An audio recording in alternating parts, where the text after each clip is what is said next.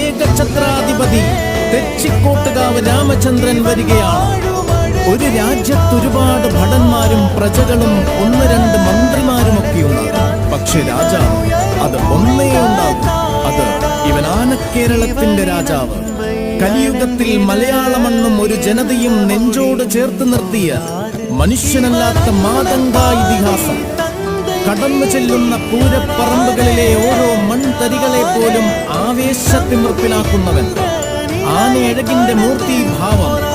ഭയമെന്തെന്നറിയാത്തവനെ, തോറ്റു പിന്മാറാൻ മനസ്സില്ലാത്തവനെ, അക്ഷരം തെറ്റാതെ നെഞ്ചുറപ്പുള്ള തന്റേടി എന്ന് വിളിക്കാമെങ്കിൽ അതു തന്നെയാണ് ഈ രാജാവ്.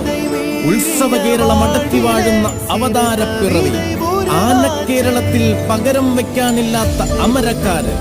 പാഴ്മുറം കൊണ്ട് സൂര്യനെ മറയ്ക്കാൻ നോക്കുന്നവരുടെ മുന്നിലേക്ക് വിജയഭേരിയുമായി കടന്നുവരുന്ന